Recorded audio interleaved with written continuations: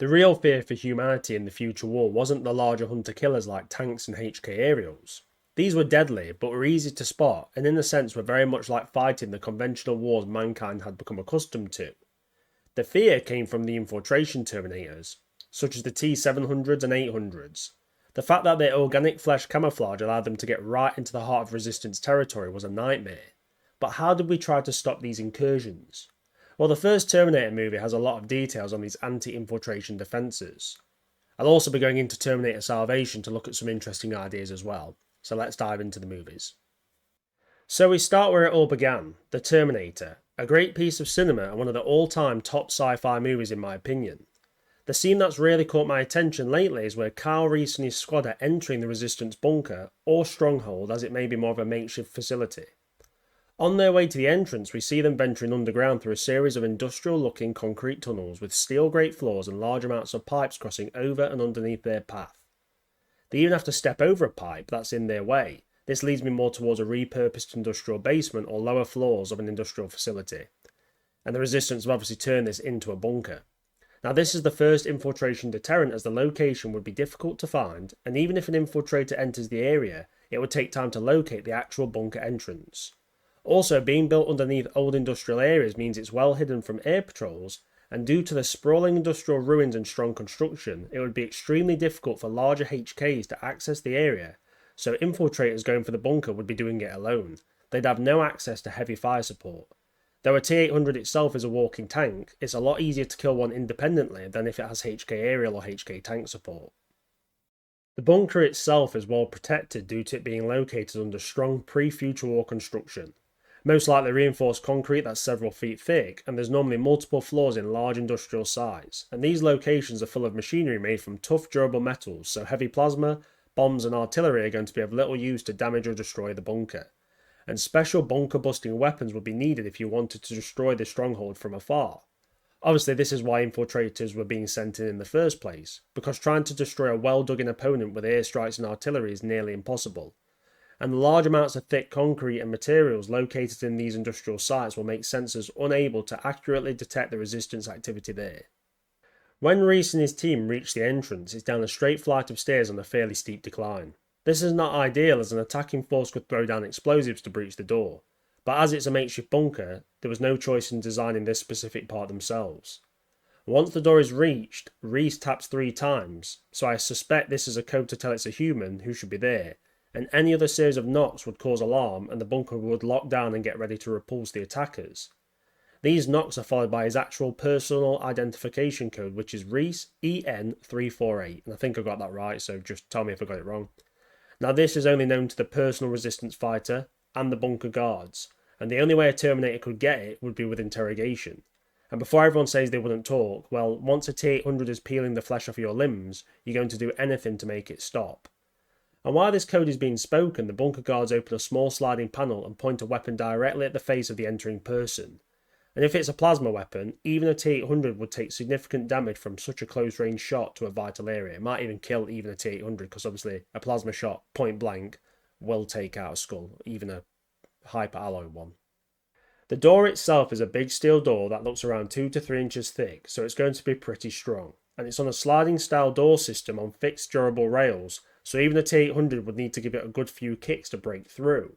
And even if it does, the door might not come straight off, it may become wedged or half hanging on the entrance, making entry difficult. And right behind the door in the entrance there are 4 guards, armed with various weapons. I imagine they're plasma based by this time in the war. And they're accompanied with 2 dogs that will be able to sense if someone is an infiltrator. Then there is a car to the side with its spotlights on the entrance, and it's very well lit, so if an enemy attacks, the defenders can easily spot their targets. Then we have a large, heavy plasma machine gun, which is actually a double-barreled M2 heavy machine gun with a scope and a futuristic style covering fitted. This beast could rip through multiple infiltrators with ease. Unfortunately, the positioning is very poor, being too close to the door, and it should be set back a good 10 metres with some kind of shield or made into a gun emplacement, with a clear firing line to the door. But I guess the resistance were making do with what they had, and space is at a premium, so maybe that's why the door area is so cramped up, and in my opinion it's a very poorly set up defence, because obviously if the door's breached and everything's too close, a single grenade, or, for instance as we see in the scene, A T-800 with its lightning-fast reflexes can easily kill people who are in close proximity with poor spacing. You really do need to spread out, get a bit of distance between each other, and obviously tilt the battle in your favour because the machines have the advantage when it comes to shooting ability. Obviously, the T-800 shows up soon after Kyle's entrance to the bunker, and it shows why Skynet chose this approach to taking out resistant strongholds. The T-800 enters with a group of other survivors, all covered in rags, so they look like civilians.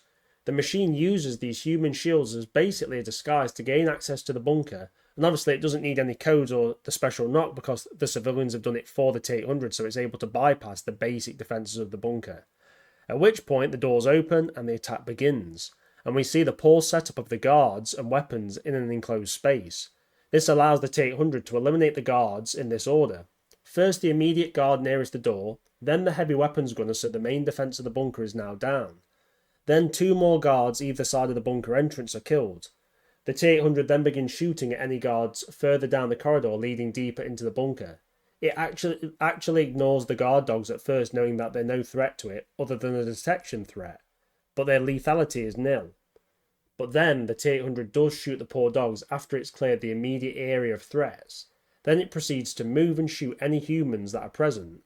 This also shows the poor defences further into the bunker, with 0 fortified positions spotted, and large amounts of objects that provide line of sight blockers, which is not ideal for the defenders, as the Terminator is lethal whether it's at range or up close. Your best chance to put one down is to engage it with multiple people armed with plasma weapons from a well fortified position or cover. Once you allow a T-800 to run loose inside a bunker where the armed inhabitants are going to be trying to combat it in a panicked, disorganised manner, all that's going to happen is you're going to lose far more troops than is necessary. And there's a good chance the T-800 might wipe out the entire bunker, as attacking such a machine piecemeal is almost suicide. We also see that inside of the bunker, the main corridor has many offshoot rooms to the sides, and there seems to be a fair bit of space, so there's no reason the main corridor couldn't be turned into a kill zone with good defensive positions. And before people say, well, that reduces space, well, it's better to be cramped in a room with 20 people and be alive than be in a room with 10 people and have a T-800 stomping on your head. That's all I'm saying. Now to Terminator Salvation, which in my opinion is the only film after Terminator 1 and Terminator 2 that was any good, and the fact that we never got a sequel is a massive shame. But Hollywood is seriously stupid, as we all know. So Salvation takes a more modern and combat realistic approach to the future war. But a really standout moment was when Marcus is being led through the magnetic minefield and accidentally triggers one, as he is oblivious to the fact that he himself is a Terminator hybrid. The use of these magnetic mines is superb by the Resistance, as they're a relatively simple weapon to construct, and all you need to do is take an anti-personnel mine or anti-tank mine and integrate a magnet into its casing. Obviously, the magnet may interfere with a standard mine, but I'm sure armourers would be able to sort that out pretty easily, because obviously magnetic mines have a massive value when it comes to defence abilities. Now, obviously, you might be thinking, why would you want weaker mines, like something like in the film that actually only damages Marcus, it just damages one of his legs? Well, this is useful if you want to try and capture a Terminator and reprogram it, which is obviously very important to the Resistance, as the only way they actually win the future war is by using reprogrammed Terminators to actually infiltrate Skynet's own facilities, basically turning Skynet's weapons against them. Magnetic mines would also be good for determining who's an infiltrator in a group of civilians. For instance, imagine a Resistance safe house has a minefield around it of magnetic mines, obviously, and a group of people are coming in. Well, the civilians are going to be okay. They can walk through the minefield, there's not going to be any issue. Whereas a Terminator, an infiltrator like a T-800 that's in the group, would activate these mines most likely. Now, this obviously would cause some collateral damage, but that's better than letting a T-800 get into the Resistance base or get into the entrance where it can obviously cause chaos. And it's not just about destroying the T-800. Even if the mines just explode and do some minor damage, it's going to allow the base to have some time to set up defences and get civilians into safe places in the actual base itself, like a safe room or some kind of vault. So the mines are not only a defence, they're an alarm system, which is fantastic. Anyway, it was just a bit of a video on the film, some of the cool defences. We don't see much of the future war, but I was doing my video on the buggies the other week, and when I was watching the scene where he enters the bunker to obviously see what buggies they had, I noticed the defences. I'd never really looked into it that much. I thought, holy crap, there's a machine gun there, there's guards, all that. I just thought it's something interesting to point out that's not really been looked into that much. Anyway, hope you enjoyed it. Thanks for watching, guys, and I'll see you on the next one.